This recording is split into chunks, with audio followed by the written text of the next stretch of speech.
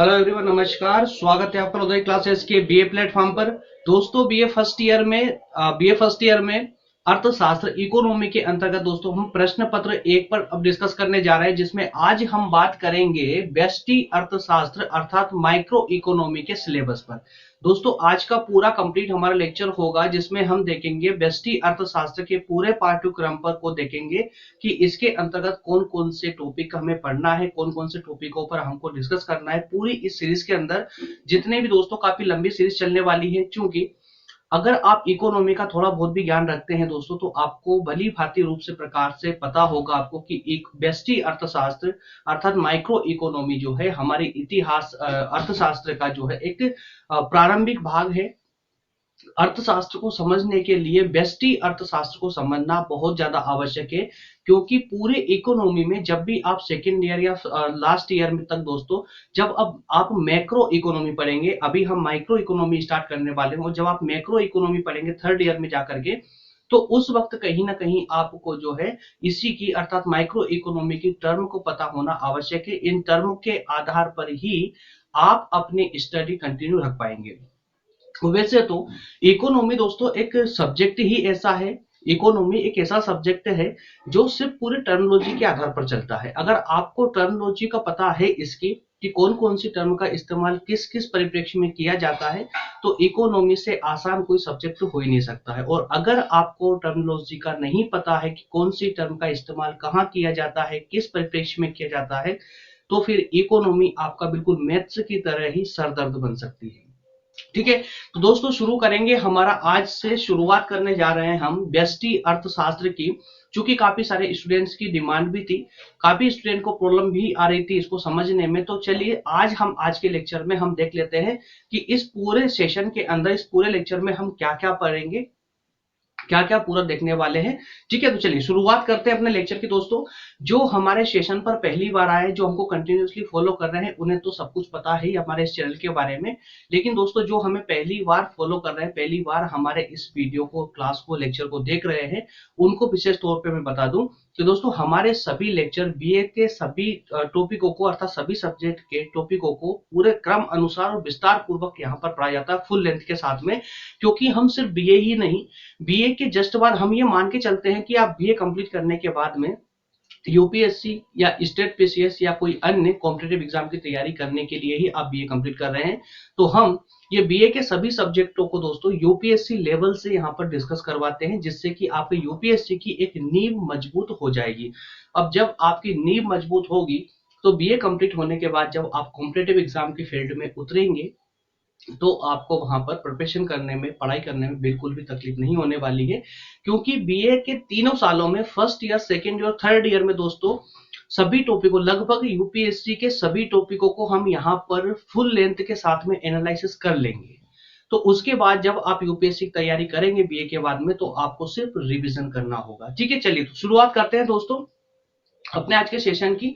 वो शुरुआत करें उससे पहले मैं आपको बता दूं दोस्तों कि ये पूरी सीरीज काफी लंबी चलने वाली है। थोड़ा सा पेशेंस आपको बनाकर रखना पड़ेगा, क्योंकि अभी इस पूरे प्लेटफॉर्म पर सिर्फ मैं अकेला पढ़ाने वाला हूं यहाँ पर, और सभी सब्जेक्टों को, BA first year, second year, third year, सभी को मैं ही लेकर चल रहा हूं। इसलिए थोड़ा सा रुककर इसमें जो है लेक्चर आ सकते हैं। ठीक है, चलिए तो शुरुआत करते हैं दोस्तों। और एक बात और एक्स्ट्रा बता दूं कि जैसा कि यहाँ पर देखिए डिस्प्ले पर नोट में लिखा हुआ है कि अलग अलग यूनिवर्सिटी में व्यष्टि अर्थशास्त्र बीए प्रथम, द्वितीय या तृतीय वर्ष में हो सकती है। यह सीरीज तीनों वर्ष हेतु उपयोगी है। जो हम ये सीरीज लेकर आ रहे हैं व्यष्टि अर्थशास्त्र की, वो अपनी अपनी यूनिवर्सिटी में देख ले कि हो सकता है किसी यूनिवर्सिटी में व्यष्टि अर्थशास्त्र आपको फर्स्ट ईयर में पढ़ाई जाए, हो सकता है किसी यूनिवर्सिटी में सेकेंड ईयर में हो, किसी में थर्ड ईयर में हो। तो बिल्कुल भी कंफ्यूज होने की आवश्यकता नहीं है, यहाँ सभी टॉपिकों को कवर किया जाएगा। अगर आपकी यूनिवर्सिटी में फर्स्ट ईयर में है, तो ये आपके लिए पूरी तरह उपयोगी है। अगर सेकेंड ईयर में है तो भी उपयोगी है, और थर्ड ईयर में है तो भी उपयोगी है। बिना हिचकिचाहट के आप अपने सिलेबस को मैच यहाँ पर कर सकते हैं टॉपिकों के अनुसार। ठीक है, चलिए तो शुरुआत करते हैं दोस्तों। और इसके अलावा अगर आपको हमारे लेक्चर ढूंढने में प्रॉब्लम आती है, सीरीज वाइज लेक्चर नहीं मिल पा रहे हैं यूट्यूब पर, तो दोस्तों चैनल के अंदर जाइए, प्लेलिस्ट में सर्च कीजिए, प्लेलिस्ट आपके सभी सब्जेक्ट के अनुसार आपको प्लेलिस्ट मिल जाएगी, उसमें पूरा क्रम अनुसार हमारे सभी लेक्चरों को देख सकते हैं। और अगर आप हमारे क्लास नोट्स डाउनलोड करना चाहते हैं जो कि आपकी स्टडी को और बेहतरीन बना सकती है, तो उसके लिए आपको हमारा टेलीग्राम ग्रुप ज्वाइन करना होगा। टेलीग्राम पर ग्रुप है लोधाजी क्लासेस नाम से। अगर उस टेलीग्राम पर जाकर के उस ग्रुप को ज्वाइन कर लेंगे तो हमारी डेली क्लासेस की अपडेट भी आपको उस टेलीग्राम ग्रुप पर मिलती रहेगी, और साथ ही साथ में हमारे सभी क्लास नोट्स भी आपको वहीं पर ही प्रोवाइड होंगे। ठीक है, चलिए तो शुरुआत करते हैं दोस्तों। शुरुआत करते हैं। सबसे पहले हम बात करेंगे, देखिए आज के पूरे लेक्चर में सिर्फ एक ही बात होने वाली है कि इस पूरी सीरीज में अर्थात व्यष्टि अर्थशास्त्र के अंतर्गत हमको पढ़ना क्या क्या है। ठीक है, तो पहली इकाई में यूनिट फर्स्ट में दोस्तों हमें यूनिट फर्स्ट के अंदर 4 टॉपिकों पर डिस्कस करना है। यूनिट फर्स्ट में 4 टॉपिकों पर डिस्कस करना है, और वो 4 टॉपिक है। पहला टॉपिक है अर्थशास्त्र की परिभाषा, क्षेत्र एवं प्रकृति। देखिए, अब अर्थशास्त्र दोस्तों इससे जीरो और क्या हो सकता है, इससे बेसिक और क्या हो सकता है। जब हम बात करेंगे अर्थशास्त्र की, तो दोस्तों यहाँ पे जब हम व्यष्टि अर्थशास्त्र को स्टार्ट करने जा रहे हैं, तो सबसे पहले हम बात ही करेंगे कि अर्थशास्त्र होता क्या है, क्यों हम अपने अध्ययन के अंतर्गत इसको पढ़ते हैं, हमारी यूनिवर्सिटी या कहें कि हमारा एजुकेशन सिस्टम हमें क्यों अर्थशास्त्र पढ़ा रहा है हमारे सिलेबस के अंदर, तो उसको जानेंगे। अर्थशास्त्र का अर्थ समझेंगे, उसकी प्रकृति को देखेंगे, स्वरूप देखेंगे, क्षेत्र देखेंगे, और जितनी भी अर्थव्यवस्थाएं हो सकती है, उसके प्रकार हो सकते हैं, उन सब पर भी हमारी इस पहले टॉपिक के अंतर्गत चर्चा होने वाली है। अर्थात कि definition, scope and nature of economics. तो इस पहले टॉपिक के अंतर्गत दोस्तों हम स्कोप और नेचर देखेंगे, और साथ में डेफिनेशन के साथ में।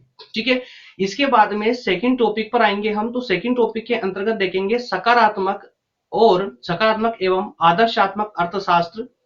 तो इसके अंतर्गत दोस्तों हम यहाँ पर देखिए अर्थशास्त्र के 2 रूपों को देखने का प्रयास करेंगे। कौन कौन सा? सकारात्मक और आदर्शात्मक इकोनॉमी। सकारात्मक इकोनॉमी क्या होती है, आदर्शात्मक इकोनॉमी क्या होती है, क्या इनके भी कोई प्रकार है, क्या इन दोनों में कोई डिफरेंस है या कोई रिलेशन है, या किस स्तर पर ये मूव करती है, किस स्तर पर रहती है। तो इसकी वजह से अर्थात कि क्या किसी राष्ट्र की इकोनॉमी, अर्थात कि अगर एक आर्थिक विकास या हम आर्थिक समृद्धि की बात करें, तो किसी भी देश के आर्थिक विकास या आर्थिक समृद्धि के लिए क्या सकारात्मक अर्थशास्त्र आवश्यक है या आदर्शात्मक इकोनॉमी आवश्यक है, या दोनों का मिला जुला रूप आवश्यक है। तो इस पर भी हम एक समग्र चर्चा करेंगे सेकंड टॉपिक के अंतर्गत। तो पॉजिटिव एंड नॉर्मेटिव इकोनॉमिक्स। ठीक है, तो यहाँ पॉजिटिव और नॉर्मेटिव इकोनॉमिक्स पर हमारी यहाँ पर एक चर्चा होगी। दोस्तों थोड़ा सा आज जो है बोलने में थोड़ी प्रॉब्लम हो रही है ना, तो उस पर थोड़ा सा माइंड मत करना। ठीक है, नेक्स्ट थर्ड टॉपिक है आर्थिक विश्लेषण की पद्धतियां। आर्थिक विश्लेषण की पद्धतियां। अब देखिए इसके अंदर क्या होगा कि एक सबसे पहले टॉपिक में हमने क्या बात की, अर्थशास्त्र का अर्थ परिभाषा वगैरह हमने देख लिया, अर्थात जो बेसिक जितना भी बेसिक कंसेप्ट हो सकता है उसको हमने देख लिया। सेकेंड टॉपिक में हमने पॉजिटिव और नॉर्मेटिव इकोनॉमिक की बात कर ली। ठीक, अब थर्ड टॉपिक से एक्चुअल इकोनॉमी हमारी अब स्टार्ट होने जा रही है।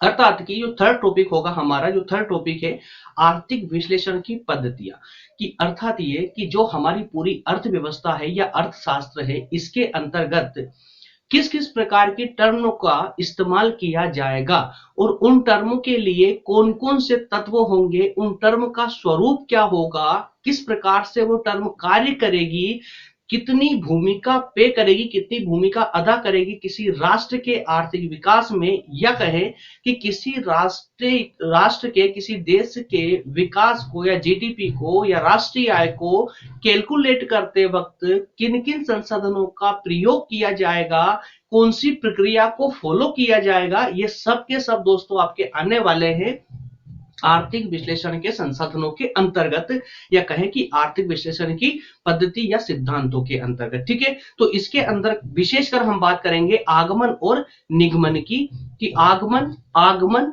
और निगमन की। ठीक है, जिस प्रकार से हम कह सकते हैं आयात और निर्यात, है ना। तो इस प्रकार की कुछ टर्मों का हम यहाँ पर थर्ड यूनिट के अंदर चर्चा, माफ करना, थर्ड टॉपिक, फर्स्ट यूनिट की थर्ड टॉपिक में हम चर्चा करने वाले हैं। Method of economic analysis, inductive and deductive. चलिए, फोर्थ टॉपिक है इसका आधारभूत अवधारणाएं। आधारभूत अवधारणाएं, इसके अंतर्गत हम देखेंगे उपयोगिता, मांग, पूर्ति, सार्वजनिक वस्तुएं, निजी वस्तुएं, उत्कृष्ट वस्तुएं, मूल्य एवं कीमत, बाजार प्रशासित मूल्य। अब देखिए दोस्तों, इसकी थर्ड जो टॉपिक है हमारा फर्स्ट यूनिट का थर्ड टॉपिक कितना इंपॉर्टेंट है, नाम से ही आपको प्रदर्शित हो रहा, नाम से ही दिख रहा है। जितनी भी अवधारणाएं, आधारभूत का मतलब क्या होता है, प्रारंभिक और आवश्यक, प्रारंभिक और आवश्यक। तो ये जो अवधारणा है हमारी आधारभूत अवधारणा है, इस पर हम डिस्कस करेंगे। अब सोचिए कितना इंपॉर्टेंट होने वाला है ये। सबसे पहले हम यह बात करेंगे उपयोगिता की, ठीक है, जो कि अपने आप में ही एक सिद्धांत है। उसके बाद हम बात करेंगे मांग और पूर्ति। ये मांग और पूर्ति ऐसी टर्म है जिस पर पूरा मार्केट डिपेंड रहता है, पूरी अर्थव्यवस्था डिपेंड रहती है। हम ये भी कह सकते हैं कि पूरी अर्थव्यवस्था जिस पर डिपेंड करती है उसे हम कह सकते हैं मांग और पूर्ति। इसके अलावा सार्वजनिक वस्तुएं क्या होती है, निजी वस्तुएं क्या होती है, उत्कृष्ट वस्तुएं क्या होती है, मूल्य क्या होता है, कीमत क्या होती है, मूल्य एवं कीमत, और बाजार प्रशासित मूल्य क्या होता है। तो इन पर भी हमारा एक डिस्कशन, कंप्लीट डिस्कशन होगा, ठीक है। चलिए नेक्स्ट दोस्तों, इस प्रकार से फर्स्ट इकाई के अंतर्गत, फर्स्ट यूनिट के अंतर्गत इस प्रकार से हम ये पूरे 4 टॉपिकों को डिस्कस करने वाले हैं। चारों टॉपिकों को मैंने वन बाय वन करके आपको समझाया है, पूरा बताया, ठीक है। अब ये सिलेबस एनालिसिस करने का मतलब क्या होता है, क्यों हम पकड़ के यहाँ पर आकर आपको टाइम दे रहे हैं इतना सारा, और आप क्यों हमें देख रहे हैं, क्यों सुन रहे हैं, तो उसका कारण बता दूं दोस्तों मैं आपको। जब हम किसी सब्जेक्ट को स्टार्ट करते हैं ना, तो सब्जेक्ट को स्टार्ट करते हैं तो ये हमें देखिए, जब हम शुरुआत करते हैं तो हमें ये नहीं पता होता है कि हम आगे चल के क्या पढ़ने वाले हैं, है ना। लेकिन जब आपको एक दिमाग के अंदर पूरे आपके नजर में एक खाका अर्थात एक स्ट्रक्चर बनकर कंप्लीट हो जाता है कि पूरे इस सिलेबस के अंदर अर्थात इस सब्जेक्ट के अंदर हमें क्या क्या पढ़ना है, किस प्रकार से इसको रबड़ की तरह खींचना है। खींचने का मतलब क्या हुआ, देखिए शुरुआत कहां से की थी हमने, इकोनॉमी के अर्थ से, भाई अर्थशास्त्र को समझने से। अब फर्स्ट यूनिट ही कंप्लीट कहां पर हो रही है आपकी, आवश्यक अवधारणाओं पर। जो आवश्यक और आधारभूत अवधारणा है वहां पर फर्स्ट यूनिट कंप्लीट हो रही है। अब इसी चीज को ध्यान में रखना। अब चलते हैं हम डायरेक्ट पांचवी यूनिट पर, जब मूव करेंगे, जब पांचवी यूनिट पर आएंगे तब आप देखेंगे कि इकोनॉमी का एक परिपक्व रूप आपके सामने आ चुका होगा, है ना। तो इसका लेवल धीरे धीरे बढ़ता है और हमें इसमें एक पूरा माइंड में क्लियर स्ट्रक्चर होता है कि हमें पूरी इस माइक्रो इकोनॉमी के अंतर्गत पढ़ना क्या क्या है।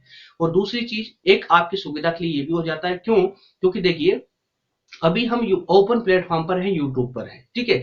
तो अभी भारत में लगभग 8 ऐसे राज्य हैं जहां पर हिंदी बोली जाती है, और वो 8 ही राज्य हमको भी फॉलो करते हैं, 8 राज्यों के स्टूडेंट देखते हैं। अब एक राज्य में कितनी सारी यूनिवर्सिटी होती है आप खुद समझ सकते हैं, इतनी सारी यूनिवर्सिटियां, और हर यूनिवर्सिटी अपना अलग अलग सिलेबस डिफाइन करती है। और जब वो अलग अलग सिलेबस के हिसाब से दोस्तों यहाँ पर जब ये टॉपिक आते हैं तो स्टूडेंट कंफ्यूज हो जाते हैं कि सर पता नहीं ये सर कहाँ से पढ़ा रहे हैं, चैनल कहाँ का है। अब चूंकि हम तो फलानी यूनिवर्सिटी से है तो क्या पता हमारा इसमें मैच होगा या नहीं होगा। इसी कारण से दोस्तों मैं आपको सिलेबस एनालाइज करवाता हूं ताकि आप अपने सिलेबस में टॉपिकों को मैच कर ले। इसमें से अगर कुछ छूटता है दोस्तों तो इसके बाद भी उस चीजों को कवर किया जाता है। जैसे कि फर्स्ट ईयर की पॉलिटी में क्या हो रहा है दोस्तों, जब हमने सिलेबस एनालाइज करवाया था तो जितना सिलेबस एनालिसिस करवाया था वो हमारा काफी समय पहले ही कंप्लीट हो चुका है। लेकिन अब कुछ उत्तर प्रदेश और कुछ राजस्थान के कुछ ऐसी यूनिवर्सिटियां हैं जिन्होंने एक्स्ट्रा पॉइंट, एक्स्ट्रा टॉपिक वहां पर रख दिए थे पॉलिटी के अंदर, तो अब उस पर डिस्कशन चल रहा है ना। तो इस सिलेबस के अलावा भी अगर कुछ टॉपिक छूटेंगे तो उनको भी हम कवर करेंगे, ठीक है। चलिए अब सेकेंड यूनिट पे देख लेते हैं, सेकेंड यूनिट के अंदर हमें क्या क्या पढ़ना है। सेकेंड यूनिट के अंदर दोस्तों हमें सबसे पहला जो टॉपिक होगा हमारा वो होगा मांग का नियम। अब देखिए लास्ट टॉपिक फर्स्ट यूनिट में हमने बात की थी, फर्स्ट यूनिट में क्या देखा था, फर्स्ट यूनिट में हमने याद देखी थी दोस्तों मांग पूर्ति, ठीक है ना, मांग पूर्ति। अब जो फर्स्ट यूनिट के अंतर्गत जब हमने थर्ड टॉपिक में देखा था मांग और पूर्ति को समझ रहे थे, तो यहां पर सिर्फ इसका बेसिक स्ट्रक्चर समझेंगे। अब जैसे ही हम सेकंड यूनिट में मूव करेंगे तो अब सेकंड यूनिट में इनको वन बाय वन करके समझना प्रारंभ करेंगे। देखिए किस प्रकार से मांग, जो पहले मांग थी, डिमांड थी, उस डिमांड का पूरा एक नियम, नियम समझेंगे, उसके अपवाद समझेंगे। इसके बाद में ये गिफिन वस्तुएं क्या होती है, गिफिन वस्तुएं क्या होती है उनको भी हम समझने का प्रयास करेंगे।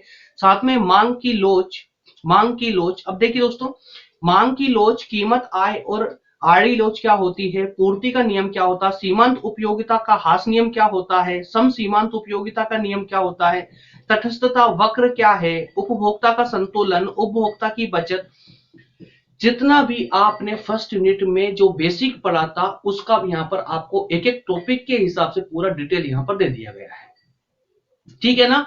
तो इसी प्रकार से दोस्तों अब इंग्लिश, जो भी इंग्लिश वाले स्टूडेंट हैं वो भी अगर जो फॉलो करते हैं दोस्तों, काफी इंग्लिश मीडियम के स्टूडेंट भी फॉलो करते हैं, तो उनके लिए मैं सिलेबस एनालिसिस के लिए ये पॉइंट रख दिए इंग्लिश में। हालांकि देखिए पूरा टॉपिक एनालिसिस करते वक्त पूरा टॉपिक हिंदी और इंग्लिश दोनों में करना दोस्तों मेरे हिसाब से तो संभव नहीं है कि उसको हिंदी में भी पढ़ा दिया जाए और इंग्लिश में भी पढ़ा दिया जाए, क्योंकि काफी डिफिकल्ट हो जाता है ना। चूंकि हम हिंदी में मतलब कि जैसे कि हिंदी मीडियम के जो स्टूडेंट हैं उनको सामग्री बहुत कम मिल पाती है, इस कारण से दोस्तों कुछ ये हिंदी के प्लेटफॉर्म, वो वैसे तो मैं खुला बोलता हूँ कि दोस्तों हमारा जो प्लेटफॉर्म है ये हिंदी मीडियम का, लेकिन हाँ फिर भी थोड़ा इतना प्रयास होता है कि इंग्लिश मीडियम वालों को भी अगर क्लास देखेंगे तो 100% फायदा होगा ही होगा उनको, है ना।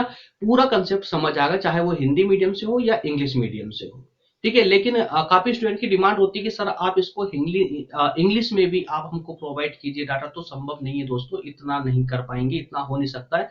और चूंकि वैसे भी हमारी टीम अभी काफी छोटी है और प्लेटफॉर्म पर मैं अकेला हूं आपको सिर्फ पढ़ाने के लिए, ठीक है। तो हाँ कोशिश करेंगे आगे चल के, थोड़ा सा अगर टीम बढ़ती है तो टीम बढ़ाने के बाद में कोशिश करेंगे, प्रयास करेंगे कि पीपीटी जो हमारी आती है, अगर पीपीटी दोस्तों हिंदी इंग्लिश दोनों में अगर डिवाइड हो जाती है तो फिर कोशिश कर हो सकती है कि फिर आपको थोड़ा सा इंग्लिश में भी उसको जो है डिस्कस कर लिया जाए आपके साथ में, ठीक है।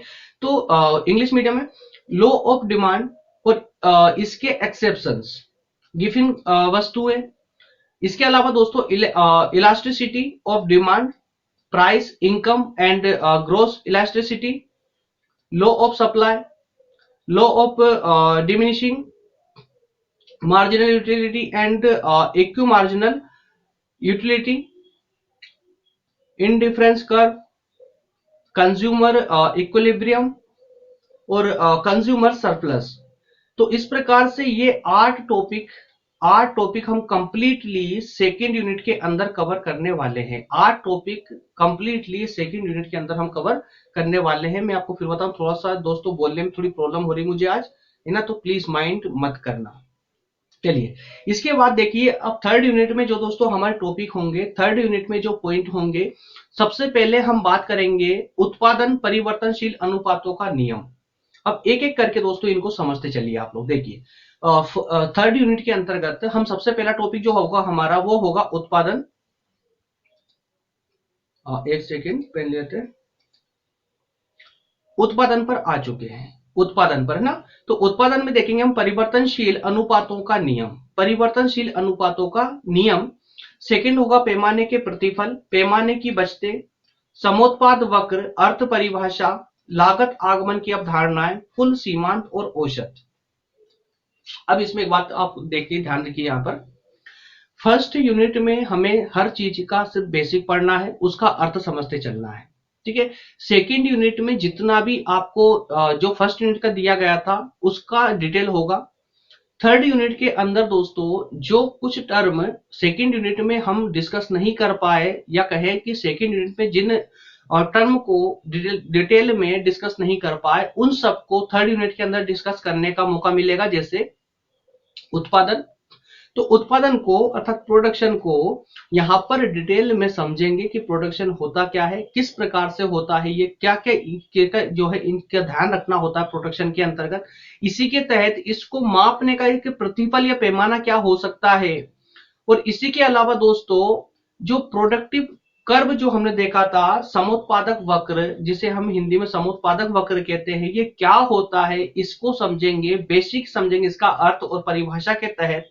इसके अलावा दोस्तों लागत और आगम की अवधारणाएं क्या होती है। अब ये लागत क्या होती है, मार्जिनल क्या होता है और एवरेज क्या होता है, लागत एवं आगम क्या होती है, इनको भी टर्म, इनका अर्थ परिभाषाओं के साथ समझेंगे फुल डिटेल के साथ में, जिससे कि आगे जब हम इकोनॉमी का अध्ययन करेंगे तो इसमें कहीं से कहीं तक कोई डाउट हमें ना आए, है ना। तो इस प्रकार से दोस्तों 4 टॉपिक हम थर्ड यूनिट के अंतर्गत कवर करने वाले हैं, ठीक है। चलिए अब देखते हैं दोस्तों फोर्थ यूनिट के अंदर क्या क्या देखेंगे हम। तो फोर्थ यूनिट के अंदर सबसे पहले हम बात करेंगे बाजार की, अर्थात मार्केट की। इस मार्केट के अंतर्गत दो को देखेंगे हम कि मार्केट का अर्थ और परिभाषा, अर्थ और प्रकार।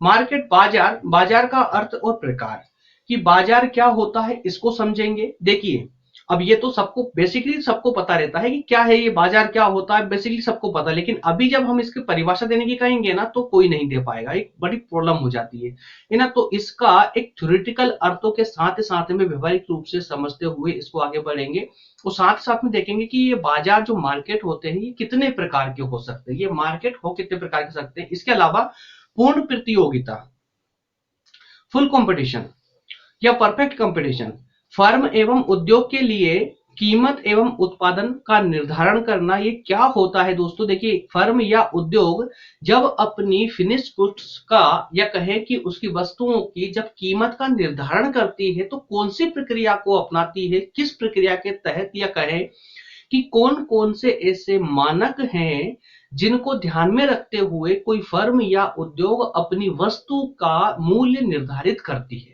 ना। तो इन सबको भी हम यहाँ पर समग्र रूप से समझते हुए आगे बढ़ेंगे और इसमें थर्ड टॉपिक में देखेंगे दोस्तों यहाँ थोड़ा मिसप्रिंट हो रहा है, ये होगा मोनोपोली, है ना। मोनोपोली अर्थात एकाधिकार, ठीक है। इसको थोड़ा सा आप जो है डाउनलोड करते वक्त थोड़ा ठीक कर ले। अब चूंकि लेक्चर मैंने बोल दिया, हो सकता है कि कोई स्टूडेंट ऐसे रहते हैं जो लेक्चर नहीं देखते हैं और डायरेक्ट पीडीएफ डाउनलोड कर लेते हैं टेलीग्राम से, तो फिर वो आगे चल के कंफ्यूज हो जाते हैं। तो आप लोगों से तो मेरा विशेष निवेदन है कि अगर आज आप देख रहे हैं तो आज ही इस पीडीएफ को डाउनलोड करके और आज ही इसको ठीक कर ले, ठीक है, ताकि आगे चलकर कोई कंफ्यूजन ना रहे। दोस्तों छोटी छोटी मिसप्रिंट हो जाती है, प्लीज इसको थोड़ा अपने भी मस्तिष्क का प्रयोग करते हुए इसे थोड़ा ठीक करते हुए चले, समझते हुए चले, है ना।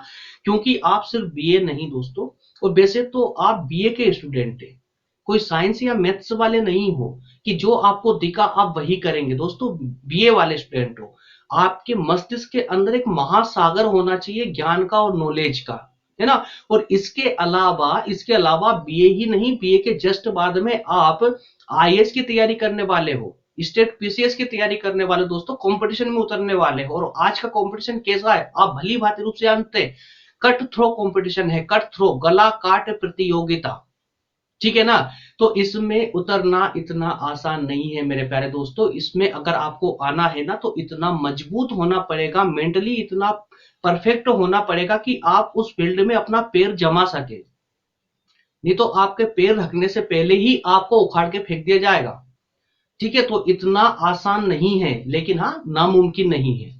इसलिए पूरी ईमानदारी के साथ में इन चीजों को पूरा मस्तिष्क का ढक्कन खोल के बैठो जब भी आप स्टडी करने बैठो। तो मैं ये नहीं बोलता हूं कि सिर्फ मुझे पढ़ते हो तब, इस दुनिया के का कोई किसी भी मास्टर का आप लेक्चर देखते हो, इस दुनिया की किसी भी किताब से आप पढ़ रहे हो, कुछ भी पढ़ रहे हो, तो कम से कम इसके ढक्कन खोल ले और पढ़ते वक्त कुछ और अपने मस्तिष्क में नहीं चलना चाहिए, बस इतना सा है। मैं नहीं बोलता हूं कि आप 8 घंटे पढ़िए या 10 घंटे पढ़िए, मैं बोलता हूं कि आप 1 घंटा पढ़ लीजिए पर्याप्त है, लेकिन कितना कि पूरा 100% कॉन्सेंट्रेशन लगा करके पढ़िए, सब समझ आता चलेगा, है ना। तो एकाधिकार, चलिए एकाधिकार पर थे दोस्तों। तो एकाधिकार के अंदर हम देखेंगे कीमत एवं उत्पादन का निर्धारण, कि कीमत और उत्पादन इन दोनों के बीच में जो संबंध हो सकता है, जो डिफरेंस हो सकता है, जो दोनों का अंतर विरोध हो सकता है, उन सब पर भी हम यहाँ पर चर्चा करते हुए चलेंगे कि एक फर्म को या उद्योग को कीमत का निर्धारण करते वक्त कीमत और उत्पादन दोनों के बीच में जो एक रिलेशन होता है उसे किस प्रकार से रखना होता है, किस प्रकार से उसको मैनेज करते हुए अपनी वास्तविक कीमतों का निर्धारण करना होता है, इन सब बातों पर इसी टॉपिक के अंतर्गत डिस्कशन होगा। मोनोपोली के अंतर्गत दोस्तों प्राइस और आउटपुट, है ना, प्राइस और आउटपुट। एकाधिकारात्मक प्रतियोगिता, देखिए अब यहां पर हमने देखा था एकाधिकार कीमत उत्पादन का निर्धारण, और यहां पर है दोस्तों एकाधिकारात्मक प्रतियोगिता कीमत एवं उत्पादन निर्धारण।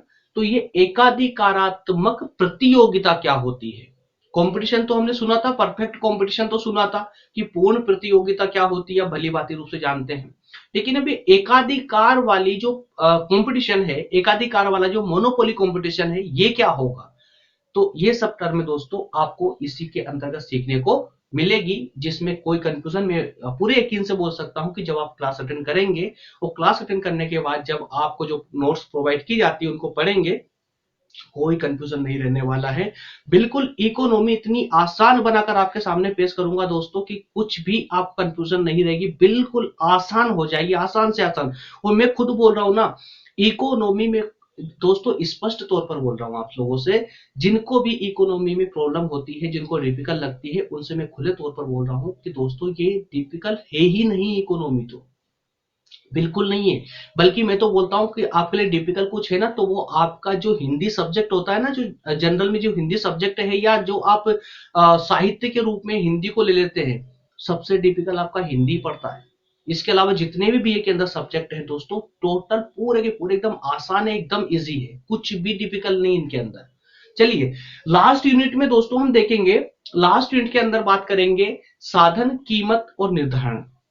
देखिए, अब यहां पर क्या होगा दोस्तों, यहां पर क्या होगा कि थर्ड यूनिट, 4 यूनिट और 5 यूनिट, इनके जो टॉपिक होंगे ना, ये पूरा जो ग्राफ है इसके आसपास आसपास ही घूमेगा, अर्थात बाजार के आसपास घूमेगा। अब बाजार के कितने कितने संसाधन हो सकते हैं, तो देखिए, इकोनॉमी के अंदर फर्म या उद्योग या कोई भी कंपनी जो होती है दोस्तों, जो किसी वस्तु का उत्पादन करती है, वो पूरे संसाधन ही होते हैं उसके, अर्थात बाजार के वो सब संसाधन कहलाते हैं।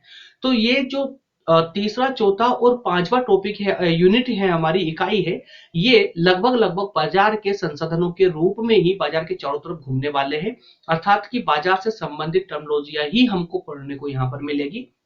अब यहां देखिए, साधन कीमत का निर्धारण, साधन कीमत का निर्धारण। अब पहले हमने देखा वस्तु कीमतों का निर्धारण कैसे करती कोई फर्म, अब यहां हम देखेंगे साधन कीमत का निर्धारण, कि ये साधन क्या होते हैं, इनको समझते हुए इनका कीमत का निर्धारण कैसे किया जाता है वो देखेंगे।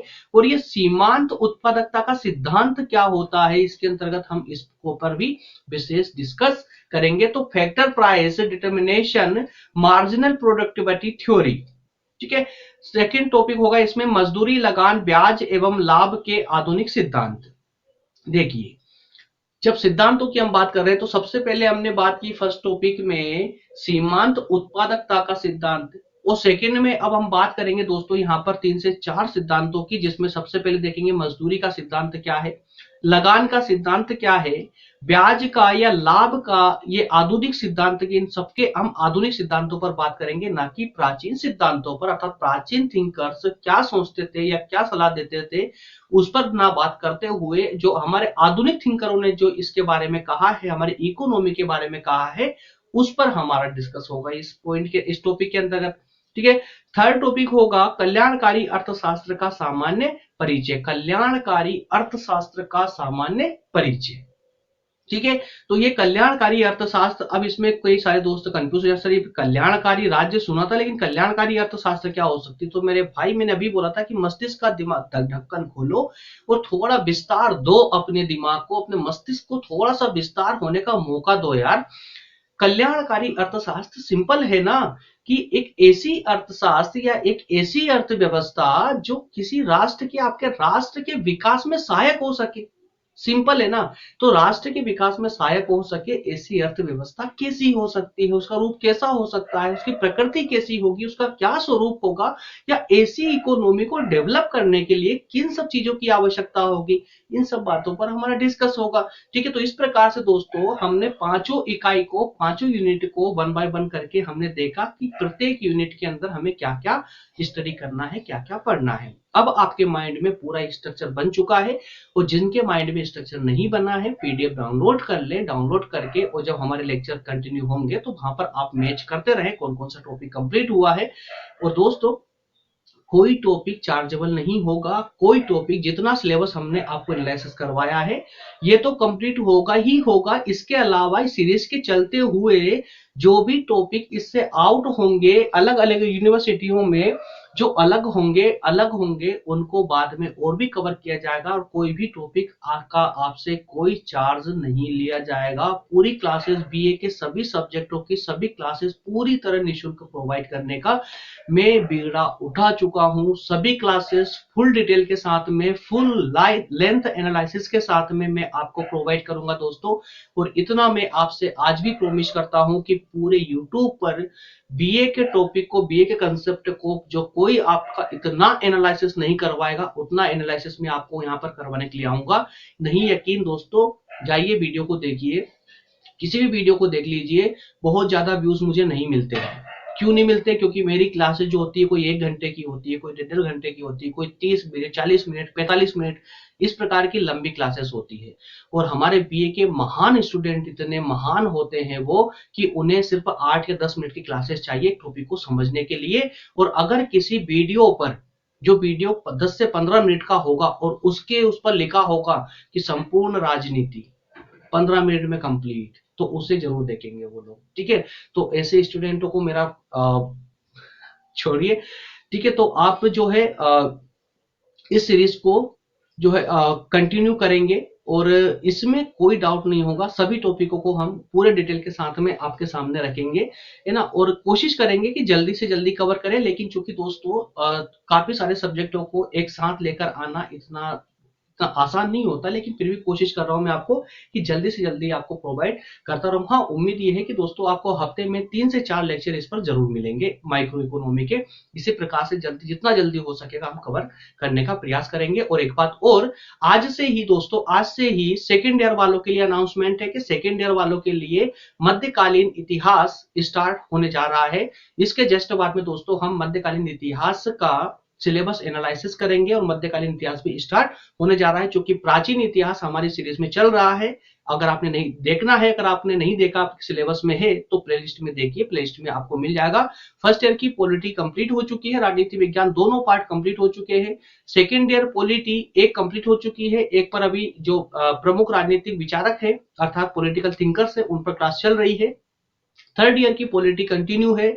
इस प्रकार से दोस्तों फर्स्ट ईयर के काफी सारे सब्जेक्ट कवर कर लिए गए हैं, चल रहे हैं। प्लेलिस्ट में जाकर के देखिए, अपने अपने अनुसार, अपने सिलेबस के अनुसार, अपनी यूनिवर्सिटी के सिलेबस के अनुसार अपने टॉपिक को कवर आप वहां से कर सकते हैं। ठीक है दोस्तों, तो मिलते हैं नेक्स्ट सेशन में, नेक्स्ट माइक्रो इकोनॉमी के सेशन में, जिसमें हम सबसे पहले बात करेंगे अर्थव्यवस्था को समझते हुए, अर्थव्यवस्था का अर्थ, परिभाषा, प्रकृति, क्षेत्र, इन सब पर एक समग्र चर्चा होगी। और एक लेक्चर में कोशिश करेंगे कि एक लेक्चर में इन सभी जो इसके जो तत्व है इनको हम समझने का प्रयास करेंगे कि अर्थशास्त्र क्या होता है। ठीक है, चलिए मिलते हैं फिर नेक्स्ट सेशन दोस्तों। तब तक के आप सभी का बहुत बहुत धन्यवाद। Thank you.